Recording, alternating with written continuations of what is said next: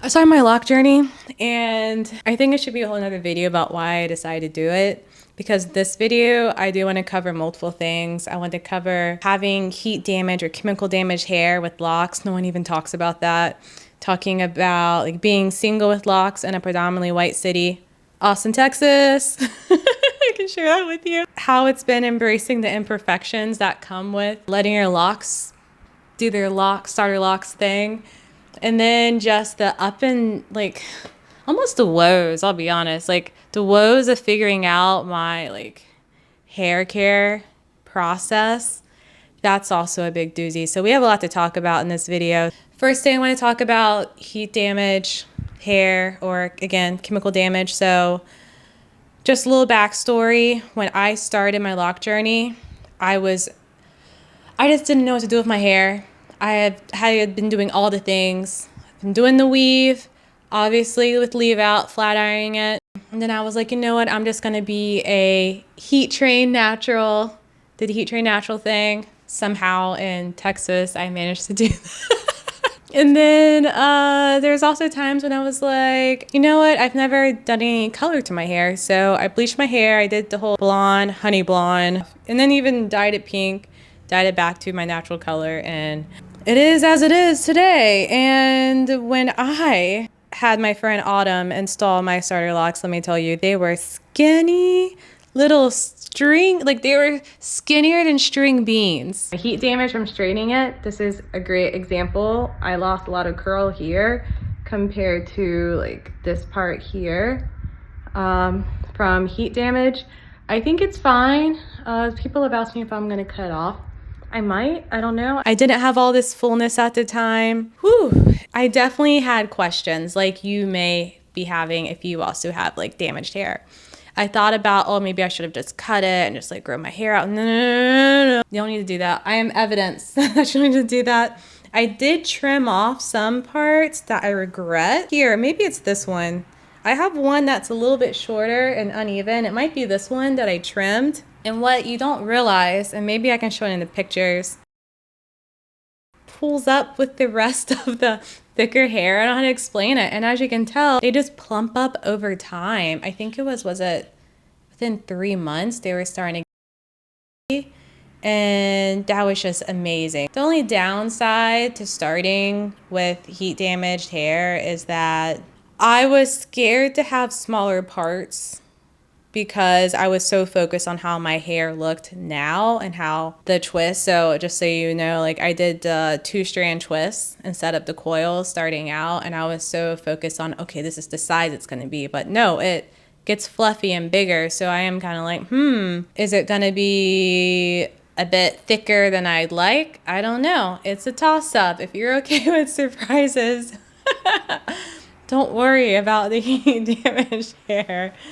Just start your lock journey. Going to the next thing, being single. I will say, when I first got them installed, of course I was self-conscious like everyone with their starter locks. I was definitely self-conscious, and someone who I find really attractive saw me for the first time with them and he complimented them. He said he liked my hair, and that's when I was like, yes.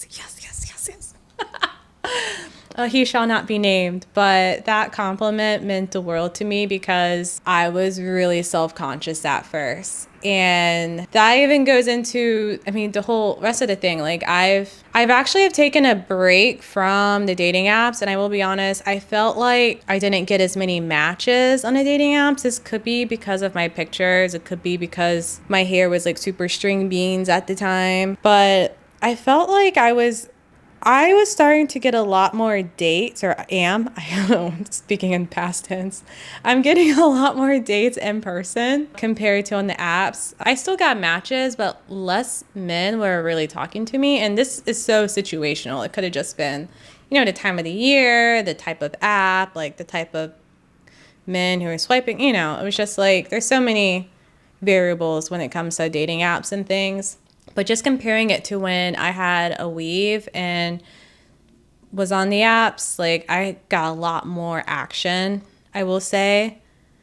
But in person, I don't know what it is. it's just been a lot easier. Maybe could I look more down to earth? I don't know, but let me just like dispel that belief of like, oh, I'm not gonna be able to date or anything because my starter locks. No, girl, like my little string beans was pulling. It's your confidence, and I guess it set me apart too. I don't know. I just haven't had any issues with dating while having locks. So I really hope that makes you feel better if that's a big reason why you are a little hesitant about starting your lock journey. Like, girl, no, it's not going to be an issue. My other big learning was learning how to embrace imperfection. And I feel like as someone who has had weave and wigs, I feel like, and correct me if I'm wrong, but I feel like when you have weave, you have a lot more control over your hair, minus the humidity. It's just been so humbling because, like, as you can see, my locks have bends, they have bumps. A lot of things I can't control. For instance, I don't know if you can see, I have multiple bends in the back of my hair, and that's because my locks are getting so long that it's hitting my shoulders, and for it to not bend, it needs to be longer than my shoulders. So my shoulders are pushing up my locks because they aren't that heavy yet, and it's creating that bend. And I've been researching how do I make it not bend because I just hate it, and I'm just like, oh, I hope it's not permanent. But I saw on Reddit, in the locks subreddit, that you just have to wait for your hair to get longer and it'll go away. It's just one of the, the cons in like this particular phase. It's really interesting because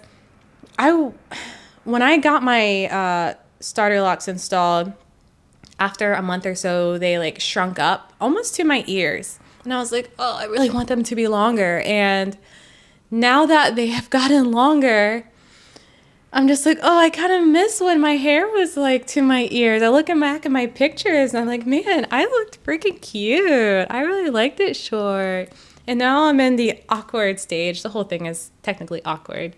But now I'm in this awkward stage of not being able to control. Like, there are things you can't control. I remember there was something else outside of your locks bending, where I had something over here where when I would do a side part, it would just like stick up to the side. I think I have a picture of it and I'll post it if I still have it.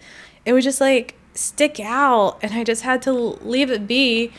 There was a period when I would do the middle part, which I don't like middle parts. I just don't think it's flattering on me personally, but I just wore the middle part because I didn't want my locks sticking up. But you just get to a point where it's just like, okay, it's just doing what it wants to do. Can't really control it outside of like, I don't know, pigtails or something. But for the longest time, my journey, I couldn't pull my hair up. It was just as is. Sometimes I would do like bobby pins or whatever. But no, I just let it do its own thing. And you just have to let go of perfectionism and you just embrace that carefree look. And I definitely had to implement other things, especially in my style and wearing more makeup to make me at least feel more put together when my hair wanted to be all crazy. I mean, obviously you can wear hats and I know you can slap a wig on it, but I didn't want to do that. I've read from other people's experiences where wearing a wig a lot or, anything that's like pressing down, it can create matting or any like deformities in your locks. I laugh because like I guess technically this is a deformity because it's just like I don't know, it's not doing what it should be doing. But yeah, you really just let go of having your hair look perfect. Okay, so the next thing I want to talk about is probably the most stressful part about your starter locks journey.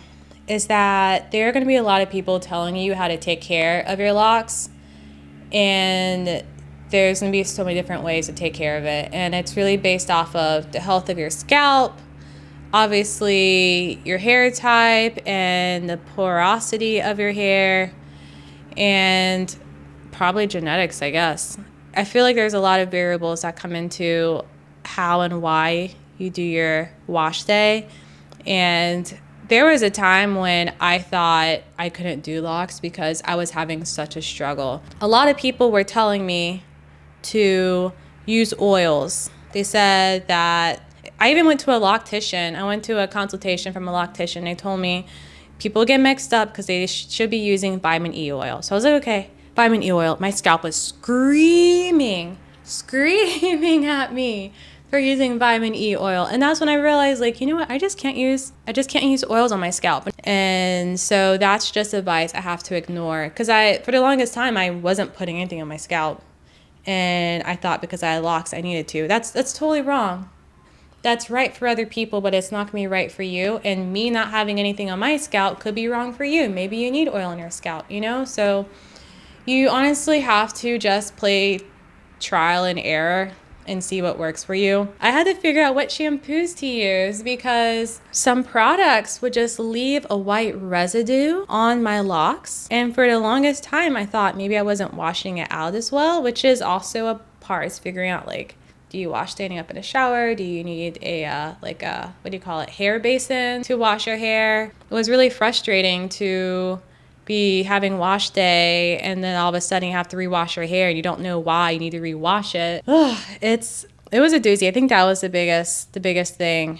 And for me, in my experience, assuming you're curious about what I found out, there are certain shampoos I avoid. I try to stick to products that are all clear, and I also started using like a hair basin kind of thing. So I no longer wash my hair in the shower unless I just want to get my hair wet without shampoo. But if I use product, I really, really need a hair basin to just soak it out and just like really get in there and to just get the product out. I don't know why. If you do know why that's the case, like, leave it in the comments. I feel like that's not really normal. It could just be my hair texture, hair type, and, you know, all the things that come into making our hair so unique.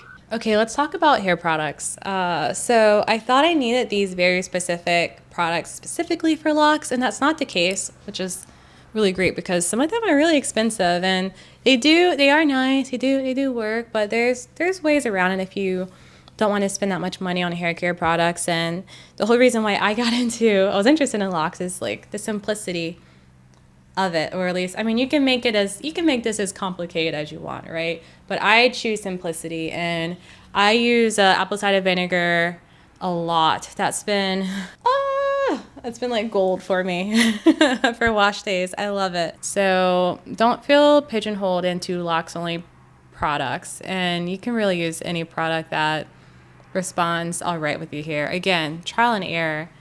But I do feel like starting out with those locks hair products was nice because I was already stressed and overwhelmed with this journey. So I felt comfortable doing wash days because it was like, oh, this